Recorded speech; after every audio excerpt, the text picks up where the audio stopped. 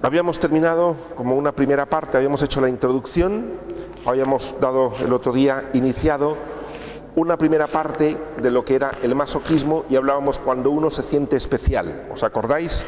Que es cuando uno hace sacrificios, renuncias o esfuerzos porque esto le reporta a uno el sentirse especial. Es como decíamos cuando uno da algo o regala algo a alguien o ayuda a alguien y por dentro uno siente que esto pues como que le eleva un poco el espíritu, pero más que todo el espíritu del narcisismo, ¿no? Es decir, se siente uno especial o que aguanta mucho y por eso es diferente a los demás y es especial de cara a los demás. Continuando con este que os dije que era el que más largo íbamos a hacer, que hoy lo terminaremos, he metido aquí entre medias, para ir entendiéndolo y relacionándolo con la espiritualidad, lo que se relaciona con la muerte de Jesús. Con la muerte de Jesús. Ciertamente, cuando hablamos del sufrimiento, o en la vida cristiana, es una palabra que suena mucho, el sufrir, ofrecer las cosas a Dios, toda esta parte del sufrimiento, como que suena mucho con lo cristiano, siempre nosotros miramos hacia el crucificado. Es decir, tenemos como un primer punto de decir, bueno, es que a quien seguimos es a un crucificado. Obviamente es el máximo amor que nos ha tenido, obviamente es ese Dios que ha dado la vida por cada uno de nosotros, pero poderlo entender desde este ángulo de qué relación puede haber en algunos momentos entre la muerte de Jesús, la cuestión del martirio y nuestros sacrificios, va a ser importante.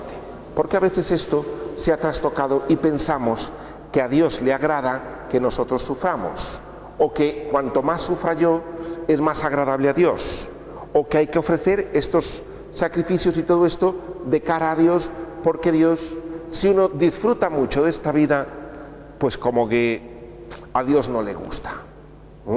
Entonces vamos a verlo un poco de esta manera. Visto desde el masoquismo, decíamos 2 o 3 criterios para saber si algo era masoquista o no. Uno era la búsqueda activa del sufrimiento. 2, si era necesario hacer eso para obtener ese objetivo. Que eran como los grandes criterios que teníamos nosotros, ¿os acordáis? Bien. Una de las cosas que tenemos que mirar es que Jesús no se expuso a que le arrestaran. Jesús vino a dar un mensaje a este mundo y como consecuencia de este mensaje a él le matan. Tenemos que hacernos 2 preguntas. ¿Por qué muere Jesús? ¿Qué sentido le da a la entrega de la vida? ¿Y por qué le matan? Son 2 preguntas. 2 preguntas que generalmente no nos hacemos o las volvemos. Obviamente tiene mucha relación.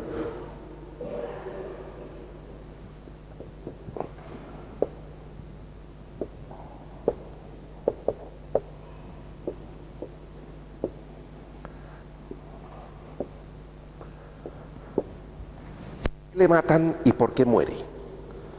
No es lo mismo. Las 2 preguntas no responden a lo mismo. ¿Por qué le matan? Hay una serie de razones por las cuales le matan a Jesús. ¿Por qué Jesús dice que él muere? ¿Qué sentido le da a esta muerte, a esta persecución? Es, lo doy por los pecados de todos, lo doy por amor, nadie me quita la vida, yo la entrego. Son estas palabras de Jesús. Pero muchas veces esto se nos confunde y unimos el por qué muere con el por qué lo matan. Como digo, esto va unido, no se puede separar, pero por razones aquí pedagógicas lo podemos separar un poco. Es decir, por qué muere y por qué lo matan, que tienen una respuesta y otra. ¿Hay alguna pregunta respecto de esto? Porque con esto es lo que vamos a hablar hoy un poco. Del por qué muere y por qué lo matan. ¿Por qué muere? Es por qué Jesús dice que él muere, doy la vida por todos, y luego por qué lo mataron. Sí.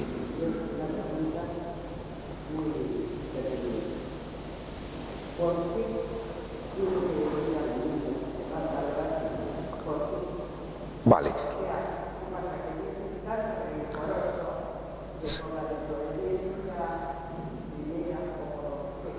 Uh-huh.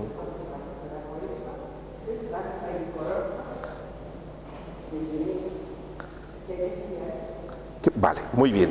Me pregunta que por qué vino Jesús, que si la pregunta de esta hermana es que si, supongo que lo que estás preguntando es si por el pecado original tenía que venir a salvarnos y que no pudo perdonarnos así, sino que tenía que mandar a su hijo para que muriera y de esta manera expiar. Esto es lo que vamos a ver ahora, justo. Si después de esto no te queda claro, lo vamos, pero es justo el tema y gracias por la pregunta. Gracias por la pregunta porque esa es la pregunta que está de fondo aquí. Y esto es lo que muchas veces nos confunde.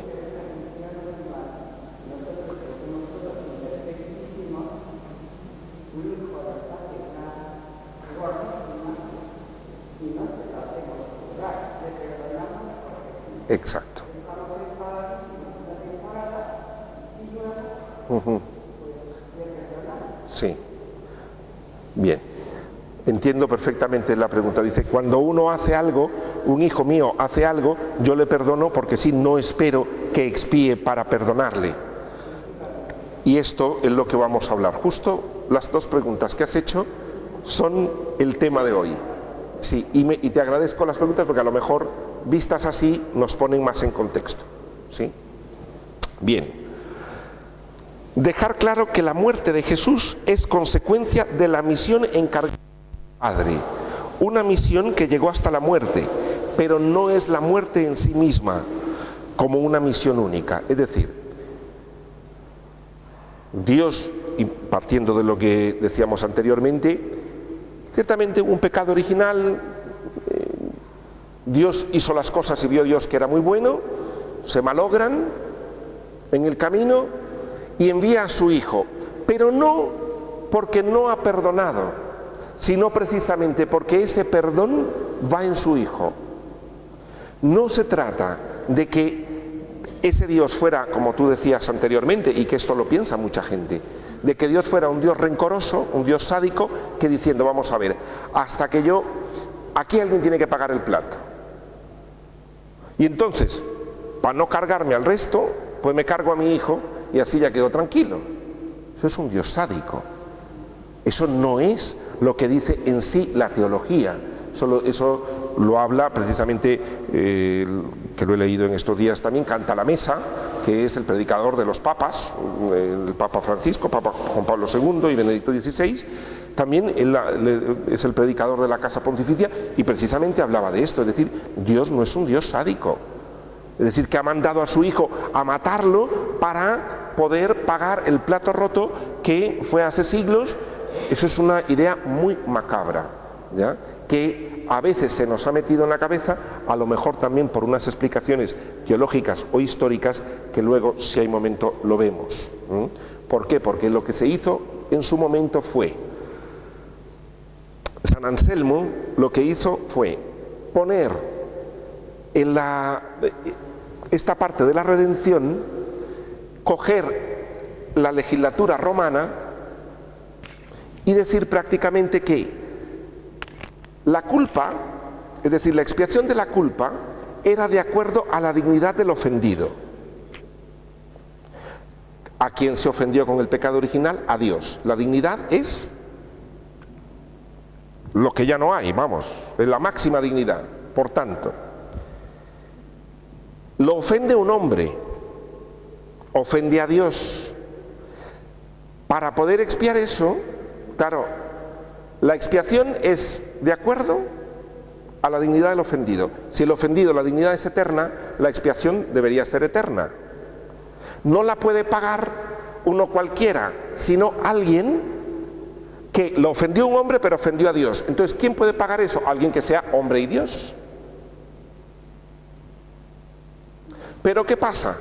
Viene aquí, lo matamos, nuevamente volvemos a ofender a Dios. Entonces parece como que el círculo nunca termina.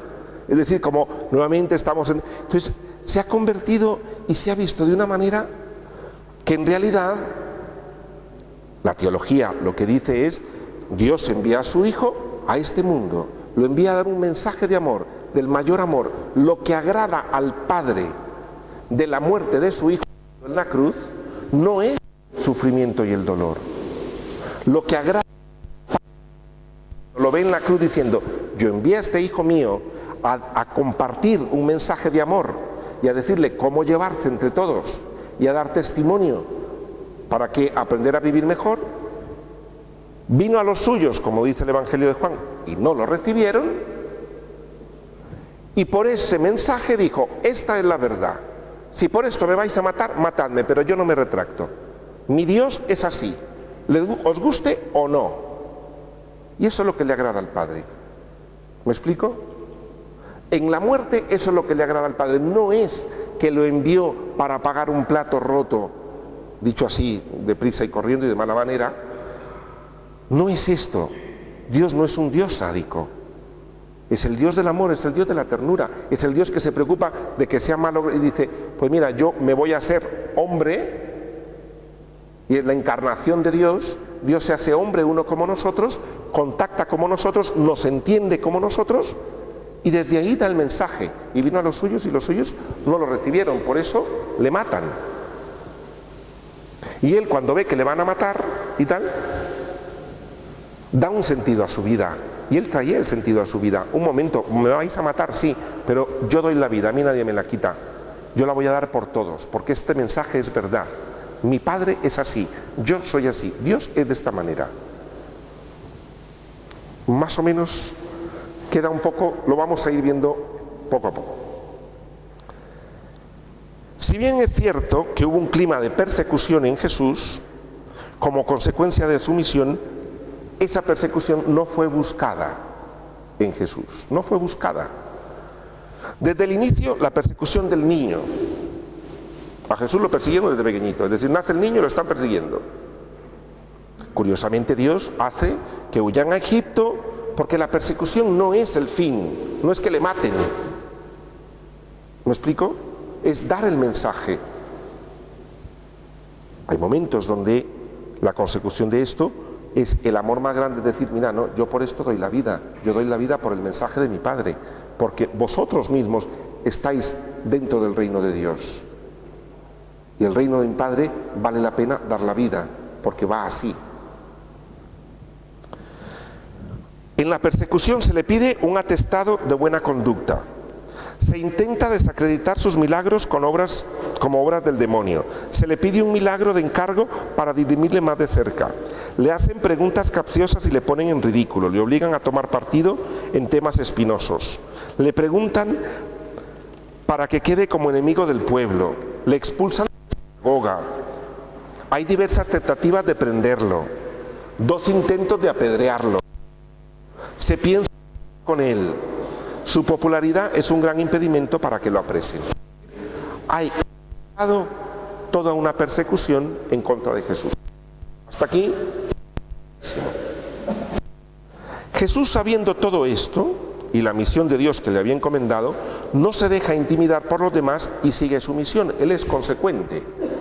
Jesús es consecuente. Dice, a mí para esto yo he venido a dar un mensaje. Pues yo continúo adelante, me intimiden o no. Pero tiene que defenderse. En los siguientes textos podemos ver su humanidad, cómo Jesús no es un kamikaze o un masoquista, sino que cuando le quieren apedrear se esconde o se huye entre la multitud. A veces pasamos por desapercibido todos estos textos que vamos a leer aquí. Jesús se esconde y quiere pasar desapercibido. Y se preguntan, ¿no iba ni a la... Y dice el Evangelio, se puso un manto por encima y pasó desapercibido para que no lo... Hay algunos que esto les suena como, ¡qué cobarde! ¿Y no que para eso vino? Es que vino a dar un mensaje de amor, porque si hubiera venido para eso, en la primera le dice, pues aquí estoy. De hecho, Jesús no se entrega, lo entregan. Jesús no se mató a sí mismo.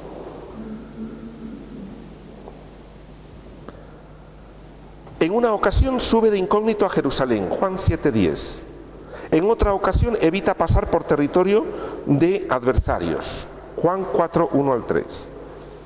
Evita a los fariseos que no dejan de preguntarle para incomodarlo y se marcha a la zona de los gerasenos. Después de un duro enfrentamiento, se retira solo a Perea. Cuando sabe que el Sanedrín le quiere matar, se aleja con sus discípulos a tierra de Efraín. En su última estancia en Jerusalén se mantiene más o menos escondido. Pasa las noches fuera de la ciudad en Betania o en el Monte de los Olivos. Las autoridades no conocen su paradero y piden que le digan dónde está. Pide a su padre que si es posible que aparte de él este cáliz. Y es Judas quien responde al llamamiento de las autoridades para entregarlo. Nos damos cuenta que Jesús no anda buscando activamente el sufrimiento. El sufrimiento le viene como consecuencia de la fidelidad, del amor a su Padre. Estoy encargado de esta misión por andar con leprosos, por andar con ciegos, por decir que las prostitutas van a entrar primero en el reino de los cielos, por denunciar las cosas que se hacen en el templo, por denunciar también las cosas que hacen los grandes del pueblo cuando dicen los grandes os oprimen, no sea así entre vos. Todo esto cae mal. Y a Jesús le van persiguiendo y Jesús se va escabullendo. Porque a veces pensamos lo contrario, como que Jesús, de hecho también cuando a Jesús le dan una bofetada, cuando le están enjuiciando, ¿qué hizo Jesús? ¿Qué dijo? Si yo he dicho la verdad, ¿por qué me pegas? Y si yo he mentido, dime en qué, pero a mí me pegues. Vamos. No dice el Evangelio, tan bueno el muchachito, bajó la cabeza y aguantó la otra y otra, ¿no? Se levantó y dijo, un momento. Porque a veces esto del sufrimiento, hombre, tampoco dice el Evangelio que Jesús se levantó y le arrió otra al otro, tampoco. No dice eso. Es decir, pero Jesús se defiende, Jesús se protege, vemos su humanidad. Dice la carta a los Hebreos que Jesús con lágrimas de sangre, dice, postrado rostro en tierra, pedía a su Padre que pasara de él ese momento.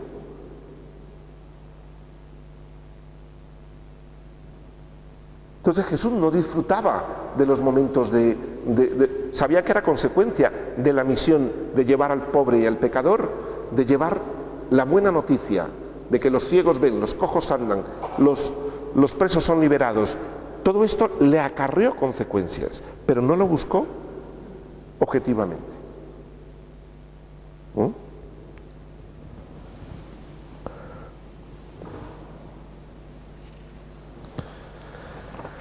Ahí en la página número 3 es donde os hablo de las preguntas que hacías tú. El por qué muere, el por qué le matan. Jesús no gustó al poder establecido en el momento, y lo que agradó al Padre no fue su sufrimiento en sí mismo, sino su fidelidad al proyecto. Es decir, Jesús lo manda a decir, mira, enséñales cómo soy yo. Y él comienza a hacerlo, y esto no gusta, y por eso lo matan. Jesús no asume un sufrimiento, y como os digo, aquí está la explicación donde os hablo, y os pongo aquí también lo de Reiniero Canta la Mesa, que ahí está la cita, de donde lo he tomado, la cita número 3, donde habla precisamente de que no es un Dios sádico que envió a su Hijo a sufrir y a que lo mataran. Porque partiendo de esto trae muchas consecuencias después de los cristianos. Como hemos visto, el esfuerzo y tal, que hay que hacerlo porque también están las frases, obviamente, que luego las veremos qué es lo que realmente significan: tomar la cruz y seguir a Jesús. El que no se niega a sí mismo y toma su cruz no es digno de mí. Pero esto no es cargar sufrimientos artificiales ni crearse sufrimientos artificiales pensando que esto agrada a Dios. Los sufrimientos ya me los da la vida, y son estos los que hay que vivir con verdadero amor y con verdadera entrega hacia los demás. Pero provocarse uno autosufrimientos para entregárselos a Dios, a veces es más fácil dejar, como decía yo el otro día, dejar de comer un postre y negarme al postre, que ayudar al enfermo o escuchar a la persona que tengo al lado. Entonces, esas cosas tan artificiales que nos hacemos a veces no sirven de nada si no van acompañados de algo verdadero, porque a veces nos complace más, nos enorgullece más, ¿no? el hacer todos estos, como decíamos el otro día, todos estos ayunos, todos estos esfuerzos, todas estas cosas, todo este ponerse de rodillas, todo este no sé cuánto, aguantar tantas cosas. Yo no digo que eso esté mal, pero que vaya acompañado también de una parte de la vida cotidiana donde quizá, como decía el otro día, es más fácil rezar un Vía Crucis de rodillas y que me duela y ofrecérselo a Dios que estar acompañando a mi hermano o a la suegra en el hospital y estar aguantándole. Eso es más difícil. Y parece lo otro más espiritual que esto. Y uno dice, ¿cómo es posible que podamos decir que una cosa es más espiritual? El Espíritu de Dios está ahí, en el hospital donde uno cuida a alguien. Y me ha costado. Y ha sido muy a pesar mío, no lo he buscado. ¿Sí? También San Pablo habla de sus sentimientos y también, pero tampoco busca el sufrimiento. San Pablo comienza a hablar en un momento de todo lo que le ha pasado como consecuencia del seguimiento de Jesús.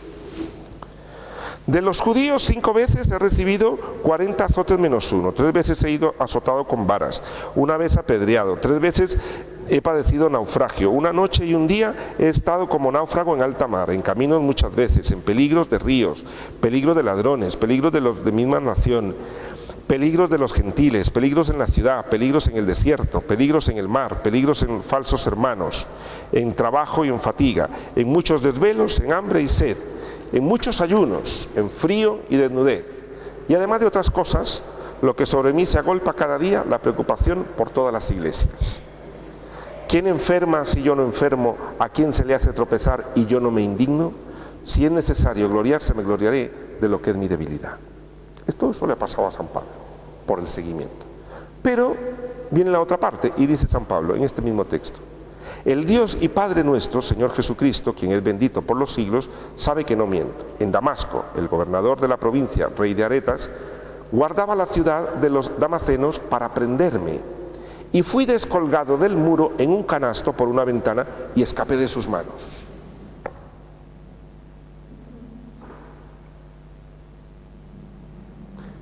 Si el sufrimiento fuera agradable a Dios, uno dice, hombre, qué cobarde. Quizás nosotros cuando estamos escuchando esto de Jesús, uno diría, yo no, yo hubiera aguantado. Yo sí hubiera aguantado. Es que hay gente muy cobarde, pero yo sí aguanto. No, dice San Pablo, pues yo me escapé. Y dice que lo bajaron, o sea, habían otros cristianos que estaban diciendo, apúrate, sal corriendo, que te van a pillar. Otra cosa es que la persecución por Jesús, como a tantas personas, tantos mártires, les haya encontrado como consecuencia del seguimiento de Jesús. Ahora una voz respecto del martirio y la entrega de la vida. Siempre muy penalizado la automutilación o la búsqueda activa del martirio. No ha sido bien visto, porque no es lo que hizo Jesús. Recordemos, Jesús no se mató a sí mismo. Esa es la gran diferencia con todas estas cosas que están pasando por ahí y que estamos viendo. Jesús no se mata a sí mismo, sino entrega la vida, pero a él le matan.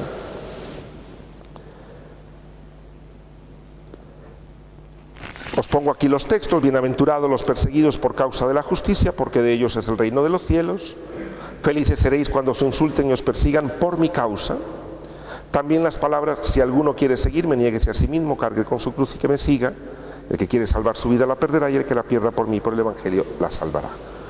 Esto tiene su explicación, y principalmente Jesús me está diciendo que renuncie a mi ego personal, no a que me fabrique yo cruces artificiales, como os digo, cuando ya la vida me lo da el sufrimiento, que en realidad lo vivo en el nombre de Jesús.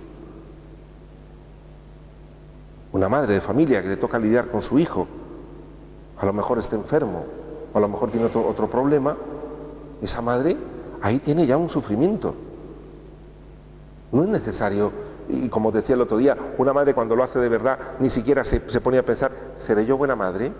¿Lo hago por ser buena madre? ¿Para que vea que soy buena madre? No, el cansancio la derrota. Y dice, pues mira, yo no sé si soy buena madre o no, es mi hijo, lo amo y me necesita. Esto es lo verdadero. En muchos textos, a la hora de hablar del crucificado, vamos a ver ahora unas pinceladas un poquito de historia. así brevemente, como darnos cuenta que este problema se ha venido arrastrando por siglos de los siglos. Amén. Sabemos de los mártires, hoy celebramos Santa Catalina de Alejandría, sabemos de los mártires que han dado la vida por causa de Cristo. Pero han habido una serie de un grupo de personas, y esto para que os suene como cultura general, espero no aburriros con estos nombres que parecen un poco...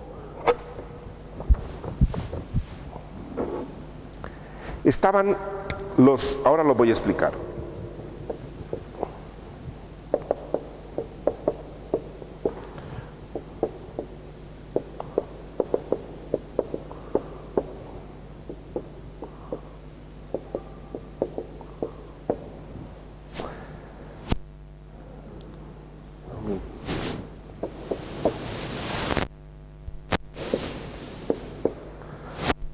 Unos nombres ahí que os suene. Históricamente estaban los docetistas. Hablaban ellos de que Jesús era hombre en apariencia. Es decir, sí, figuraba como hombre, pero en realidad ni lloraba, ni le dolía, ni sentía, ni nada. Era como en apariencia, porque era Dios. Todavía hay gente hoy día que piensa así. Y dice, bueno, no, él porque era Dios. No, era hombre, y eso es lo que dice el credo, y eso es lo que dice la Iglesia, y doctrina oficial de la Iglesia. Hombre y Dios, junto. Sintió como tú, se sonrió como tú, pensó como tú. Eso es lo que dice el Vaticano II, Concilio Vaticano II. Pero ellos pensaban, ¿qué consecuencia trae esto? El docetismo, es decir, que era en apariencia. Significa que no se identificó conmigo, que en realidad lo que padeció, sufrió o sonrió o gozó no era cierto. Por tanto, empieza ahí una descalificación de lo que es el cuerpo. Una descalificación de lo que es el cuerpo. Porque si Dios no se dignó tener mi cuerpo, significa que mi cuerpo pues no ha de ser muy importante. ¿Y qué más da? Cuando mi cuerpo es muy importante. También habían corrientes dualistas que dividían alma y cuerpo y pensaban que lo más importante era el alma y no el cuerpo, y por tanto el sufrimiento martirial, cuanto más cuento mejor, porque así depuraba el alma. Este dualismo ha hecho muchísimo en la historia. ¿Cuánta gente se ha quemado en la historia diciendo, bueno, no importa que se queme, con que su alma se rescate, está muy bien? No nos dábamos cuenta de que tan bella obra es de Dios el cuerpo como lo es el alma, el espíritu. ¿Qué consecuencia trae esto? Pues esto, muchas veces pensamos que fustigando el cuerpo, fustigando, haciendo cosas uno contra el cuerpo, parece como más agradable. Entre más uno sufre, entre más se esfuerce, entre más le cueste, entre más le duele, pues uno viene aquí delante del Señor y le pone ojitos así un poco tal y le dice, mira Señor, cómo estoy, y hasta sirve para manipular a Dios. No se trata de eso. No podemos diferenciar el alma y el cuerpo. Va unido, somos una unidad. También estaban, y pensaban que con ello daban gloria a Dios, estaban los patricianos, que defendían que el cuerpo no había sido creado por Dios, sino por el diablo. Estos ya iban peor, imaginaros. Pero todo esto ha sido. ¿No? ¿Cuántas veces hemos escuchado quizá muchas prédicas, no así, porque estos son herejías, pero que suenan como colaterales a esto? Que hay que despreciar el cuerpo, que usted no se preocupe, que lo que importa es el alma, que no sé cuánto. Es cierto que hoy día hay un gran culto al cuerpo. No se trata de darle culto al cuerpo, se trata de vivirlo como obra creadora de Dios. De lo más bello que soy, esta es la casa del Espíritu. Dice San Pablo, somos templo del Espíritu Santo. Además, al inicio de la vida cristiana, habían muchas formas de entender el martirio. Vamos a leer, por ejemplo, cuando le dice Celso, les dice que algunos se entusiasmaban ofreciéndose voluntariamente o provocando para que les hicieran algo. Y dice, ¿Cómo no considerar absurdo que esperáis resucitar y después, por el contrario, abandonáis el cuerpo a las torturas como una cosa sin valor? Es decir, personas que esperan resucitar y de repente dicen que el cuerpo no vale, que no importa, que hay que... Pues no, al cuerpo hay que tratarlo bien, es obra de Dios. Recordemos que muchas veces, yo creo que os conté alguna vez, o más de alguna vez os he contado, lo de un seminarista que yo tuve una vez, hace muchos años, en otro país. Yo estaba encargado de un seminario y una persona que se había llevado muy mal con otro, se estaba llevando muy mal con otro. Entonces, me dice a mí que lo que quiere, estábamos en unos ejercicios espirituales y me dice que quiere pasar 2 días durmiendo en el suelo, como penitencia. A mí aquello ya me suena raro. Pues bueno, entonces hablando con él, me dice, bueno, y además quiero sacar la cama de mi habitación, dormir esos 2 días en el suelo. Y le digo, ¿por qué lo quieres hacer? Y me dice, es que me llevo muy mal con un compañero. ¿Cómo suena a vosotros eso? Hay gente que hace esas cosas. Como le he dicho a alguien, como ofendí a alguien, pues ya a lo mejor no duerme en el suelo hoy día, pero se priva de un paseo. Eso lo vamos a ver en el masoquismo por culpa. Se priva de un paseo, se fustiga de alguna manera, porque se siente culpable. Y entonces esa machaca. Y yo pregunto, ¿Dios te trata así cuando has hecho algo? No, Dios no te trata así. Yo le dije a este chico, le digo, mira, llévate bien con el compañero, porque ya el hecho de sacar la cama me sonó precisamente a lo que estamos viendo, que era una parte masoquista muy artificial, para que, claro, el que pasaba por el pasillo veía la cama y sabía que el que estaba dentro estaba durmiendo en el suelo. Ya recibió su paga. Sí, porque a veces uno, como muy inconscientemente, hace las cosas, ¿no? Entonces lo deja ahí para que el otro pase y diga, ah, el otro está durmiendo, qué ver. Y el otro, sí, estoy durmiendo en una penitencia. Y dice el Evangelio, ya recibiste tu paga. Me hubiera sonado menos sospechoso si me hubiera dicho, mira, voy a dormir en el suelo, no voy a sacar la cama al lado de la cama. Me hubiera sonado menos sospechoso. Pero ya el hecho de sacar la cama, me dice, después me dijo, no, es que me va a dar tentación de acostarme. Digo, es curioso cómo armamos las cosas y que inconscientemente estamos produciendo otras. Lo hablamos en nombre de Dios. En el siglo también estaban los montanistas, los donatistas. En el siglo IV, los patricianos, como os pongo ahí.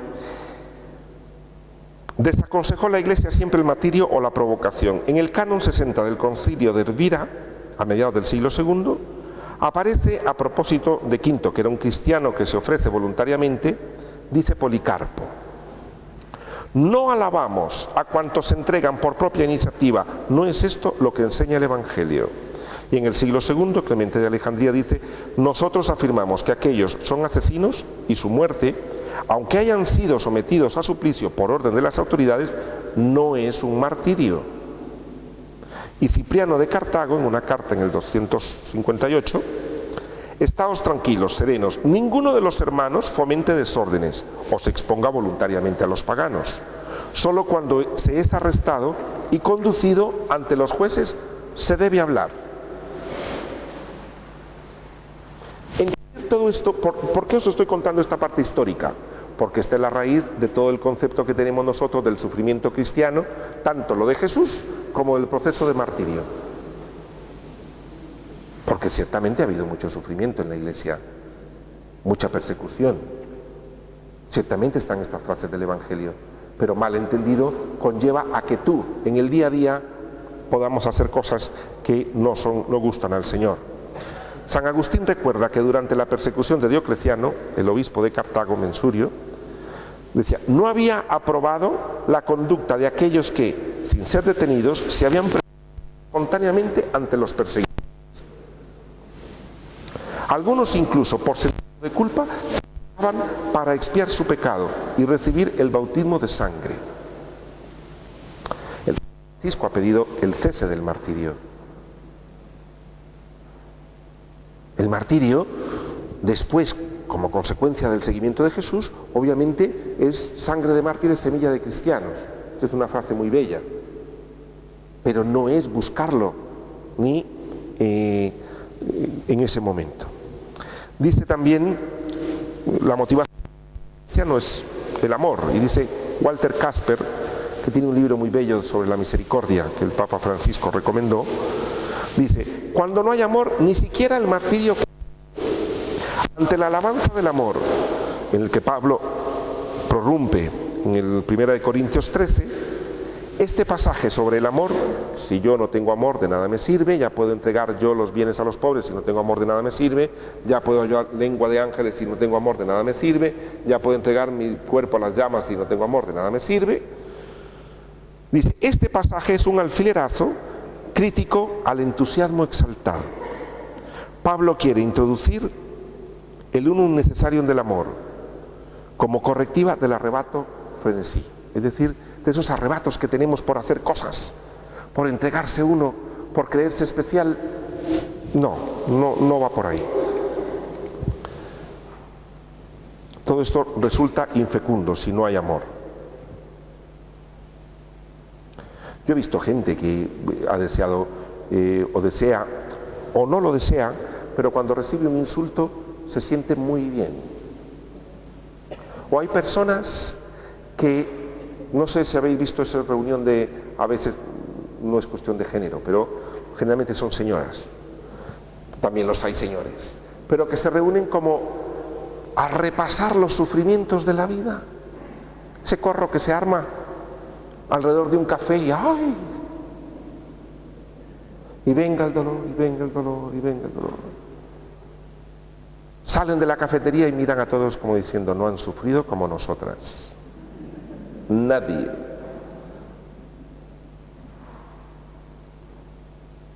A veces este tipo de cosas parece mentira, pero también van alimentando, parece, una glorificación, una dignificación del dolor y del sufrimiento, como que eso te hace más valioso moralmente delante de los demás. Hay personas que han tenido una oportunidad en la vida, yo he tenido otra, a mí me ha tocado esto, al otro le ha tocado el otro, pues qué pena, muy doloroso, pero esto no me da ninguna superioridad moral delante de nadie para ponerme por encima de y decir este tipo de cosas. ¿Por qué? Porque a veces el ser sufridores nos puede llegar a narcisizar. ¿Os acordáis de Narciso? Que se enamoró de sí mismo. Pues uno, cuando a veces es muy sufridor, se puede llegar a enamorar de sí mismo por sufridor y mirar a los demás por debajo, porque no han sufrido como yo. Yo sí he sufrido, yo sí sé lo que es la vida. Tú no sabes lo que es. Me dice, ¿qué sabes tú de mi vida? Vamos a ver. Que es que lo siento que tú hayas tenido que sufrir mucho en tu vida, pero eso no te hace superior a nadie. A nadie. Te habré enseñado muchas cosas, a lo mejor yo tengo que aprenderlas también, a lo mejor las aprendo por otra vía, pero esto no te hace superior a ninguno. Esto es lo que estamos viendo del masoquismo, de este tipo de masoquismo, cuando el dolor me engrandece, me hace sentirme mejor. Ahí os dejo que para el final, en la nota número 16, en la página 7, os la dejo para que la leáis en casa, que es la religión y el ego, que es muy interesante para reflexionar.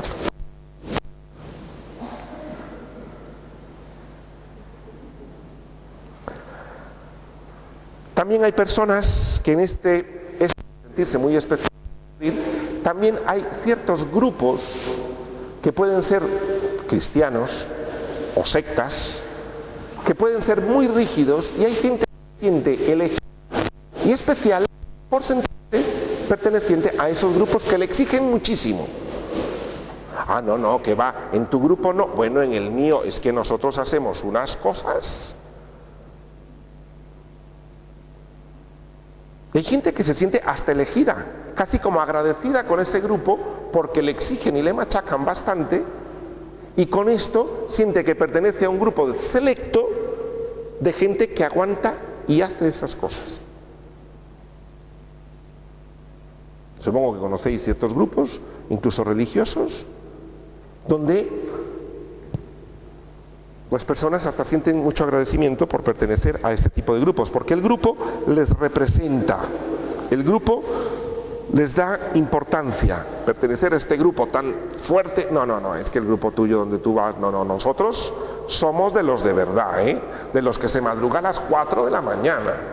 ¿Qué es eso de hacer oración a las 7:30? No, por favor, esto no. Y uno dice, ya has recibido tu paga.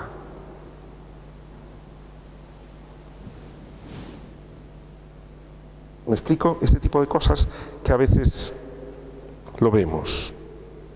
También hay personas que por cierto tipo de vestimentas o artículos religiosos o hacer sacrificios provocan situaciones de rechazo y a veces se sienten humillados pensando que así dan gloria a Dios y no se dan cuenta del gustillo que sienten por dentro. Hay gente que provoca. Hay gente que provoca para sentirse humillada. En esto yo entiendo que las relaciones interpersonales son difíciles, pero hay gente que provoca. No es lo mismo decir en una reunión con tranquilidad, si te preguntan, ¿tú eres católica y eres cristiana? Y decir, pues sí. Y si por eso recibes un montón de improperios, pues mira, qué pena, porque muy a tu pesar te lo dieron. Otra cosa es salir de casa y decir, me voy a reunir con estas amigas de mis amigas y lo primero que le voy a decir es que yo soy cristiana y católica.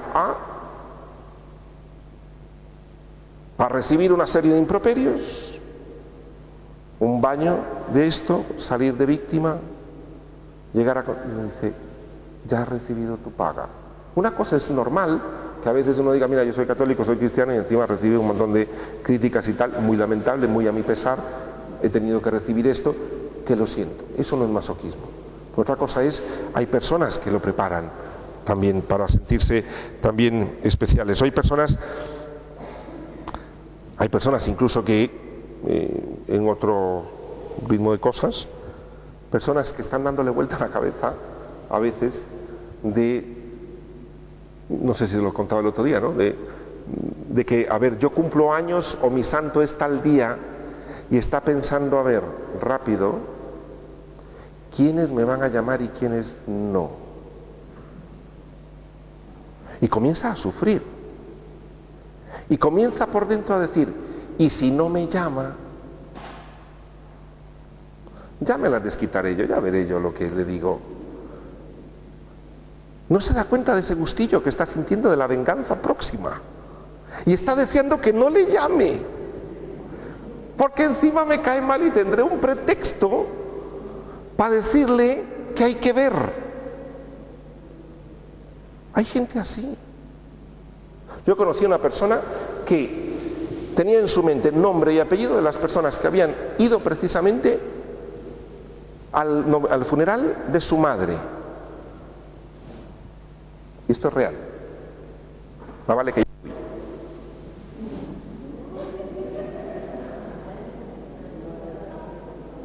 Sí, pero esto es real y yo fui al funeral, más vale. Porque durante meses y años yo vi a esa persona con el gusto y la satisfacción, pero con la superioridad moral. Es decir, yo ofendido, no se da cuenta que él se está machacando a sí mismo, regodeándose en ese dolor que le dio no ver a ciertas personas. Eso también es masoquismo. Hay gente que se regodea en aquello, en el machaque de aquello que más le dolió, porque a mí me dijo, porque no lo vi, porque... Y está esperando el gusto que le da después decirle, sí, me pides esto, pero nunca has venido, no viniste al funeral de mi madre. Eso después de 3 años. Y me dice, guardar esas cosas. Hay gente que las guarda. Lleva un listado, vamos, hay gente que las guarda. Uno se da cuenta de esto que pasa. Esto, situaciones externas, etcétera. Recordemos que hay 2 modos de vivir la religión. Página número 10. Yo voy saltando cosas más, o las bailando con más detenimiento. Algunos se sorprenden que vamos por la página 10.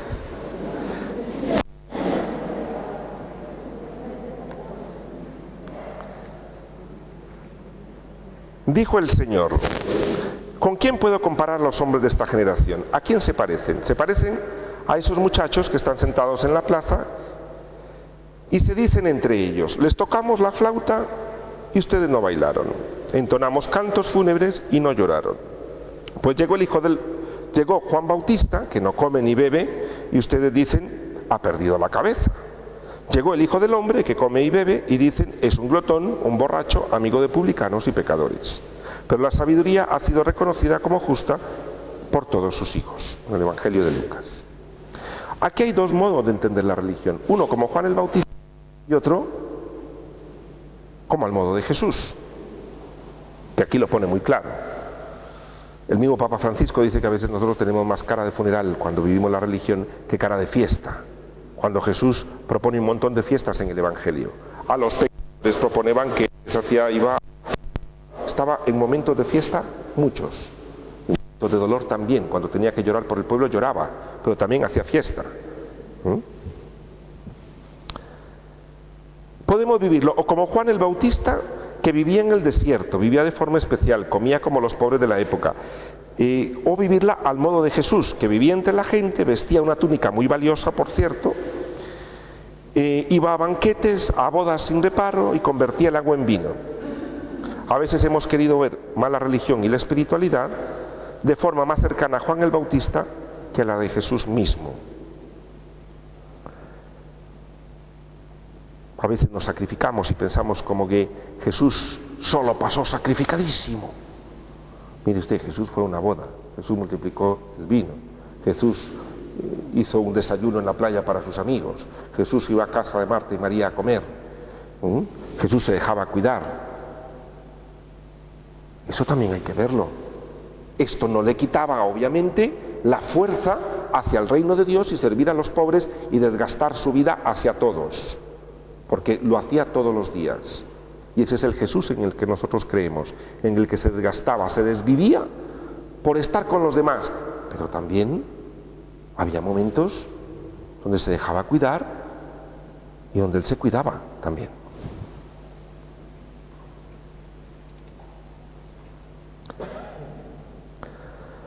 Es de suma importancia caer en la cuenta que es mucho más difícil y costoso contagiar siempre alegría que ir por la vida dando ejemplo de santo raro y de vida extraña. Lo más duro en la vida es ser siempre profundamente humano.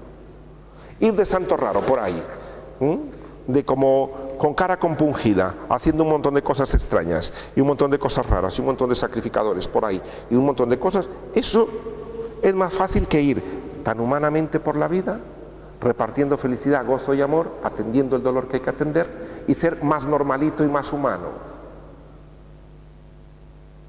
Pero todavía hay gente que considera que la religión es ir como de santo raro, como una cosa así extraña, ya que lo vean así como que hay que ver. Mire como... No. Jesús fue una persona muy normal.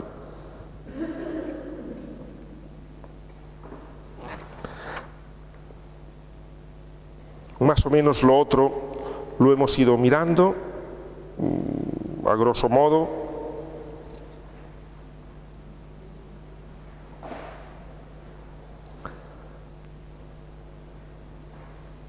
Os pongo aquí también lo de los grupos en la página número 13. Porque básicamente esto ya os lo he ido comentando. Esto ya es glosa que está aquí puesta y os lo digo que ya os lo he ido comentando, etcétera. Una de las cosas que sí quisiera leer o hablar es lo que habla Canta la Mesa respecto a la pregunta que tú hacías.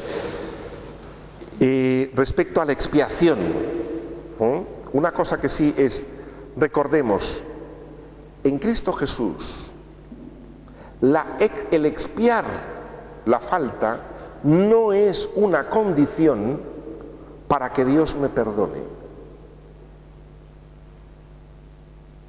Es la consecuencia de sentirme perdonado. Y explico. Para que Dios me perdone no me exige que yo expíe, sino que una vez perdonado, yo digo, ¿cómo puedo reparar esto? Porque me siento amado en aquello que yo caí. ¿Me explico? Porque yo me siento amado, me siento inundado de amor y miro que he hecho algo y digo, ¿ahora cómo lo reparo? ¿Qué hago? ¿Qué puedo hacer para? ¿Me explico? No es la condición previa. Cuando el hijo pródigo viene a casa, no le dice el papá, muéstrame tus esfuerzos, expía un rato, vete al campo, límpiame todo eso y luego hacemos la fiesta, si a mí se me ocurre. No le dijo Jesús eso. ¿Qué le dijo? ¿Qué dice en la parábola? No le pidió cuentas, no le pidió nada, entra, hagamos fiesta. Ese es Dios. Y desde ahí hay que leer el Evangelio. ¿Sí? Bien. Nos quedan unos minutos. Otra de las cosas es el folleto este, estaba estropeada la máquina, así es que no lo he podido sacar, esto que voy a comenzar ahora, pero sí me interesa dejarlo comenzado, el próximo día lo continuamos. Hasta aquí es ese masoquismo, esa entrega, ese esfuerzo, esa renuncia para sentirme especial, porque soy aguantador. ¿Sí? Esto es lo que hemos visto hasta ahora. Vamos a iniciar hoy. Hago esfuerzos, renuncias, sacrificios, porque me siento culpable. Porque yo me siento culpable. Lo que procuro son dos cosas. Por un lado, quitarme ese sentimiento de culpa,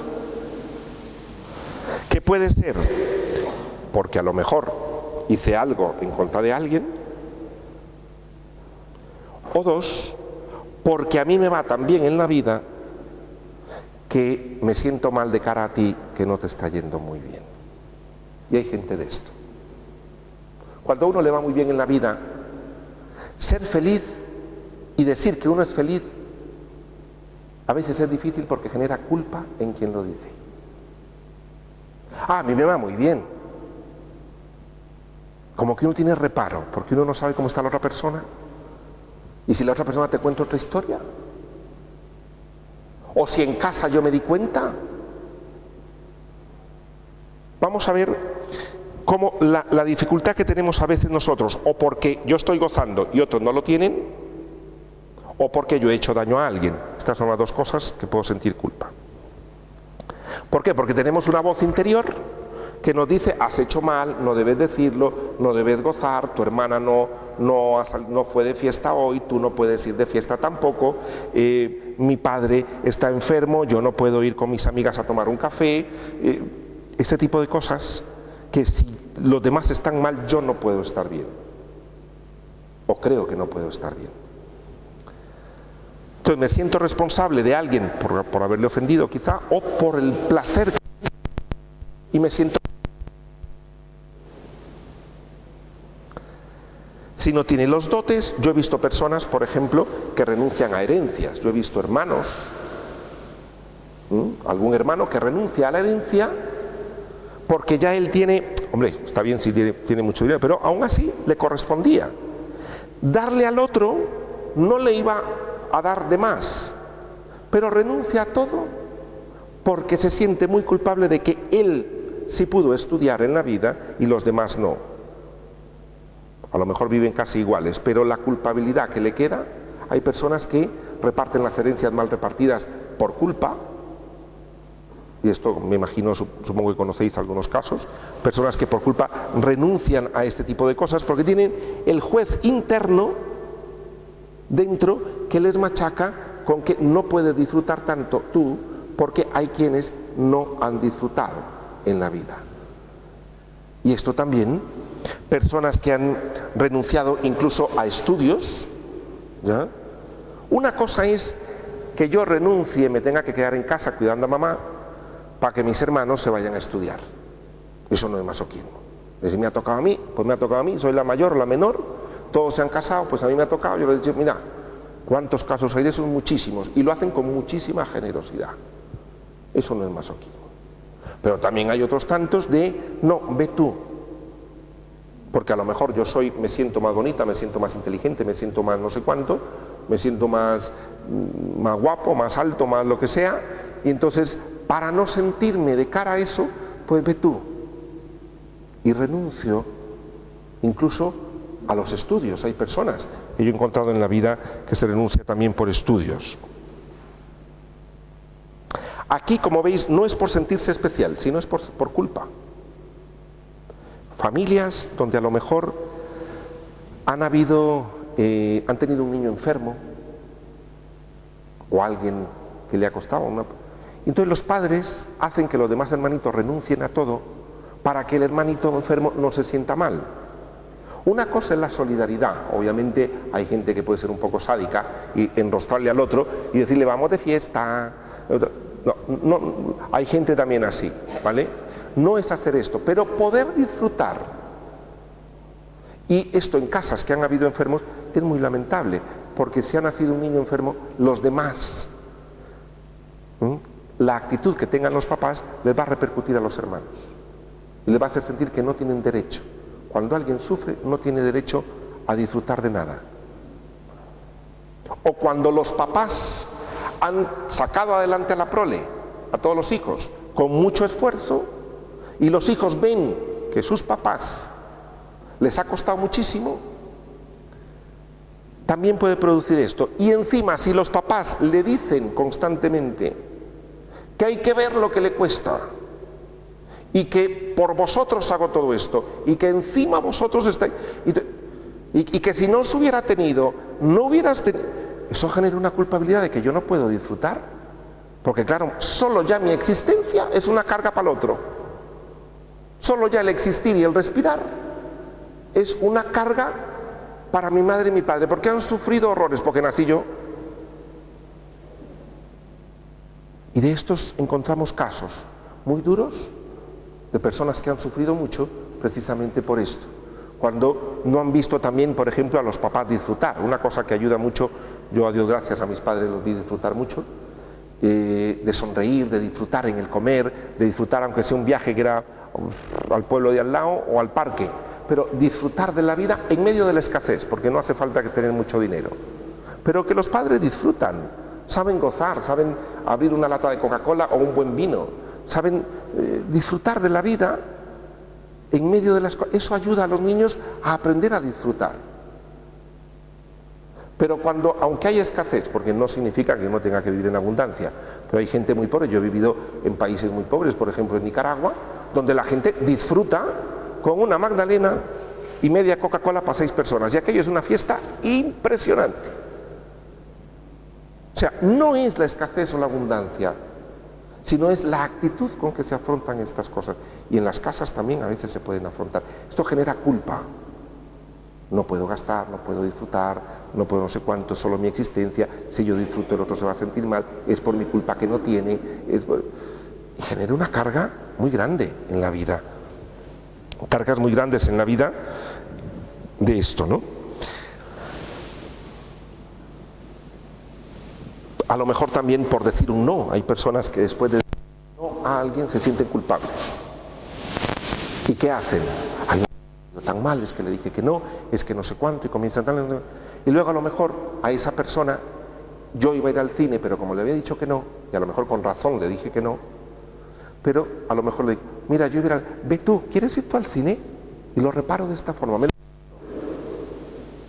Para reparar el dicho, oye, no le has ofendido, has sido asertivo, a lo mejor en ese momento, pero me siento tan culpable que me quito algo mío para dárselo, para expiar un poco por el sentido de culpabilidad que tengo. ¿Me explico? Y a veces este tipo de cosas, por culpa, a veces lo hacemos.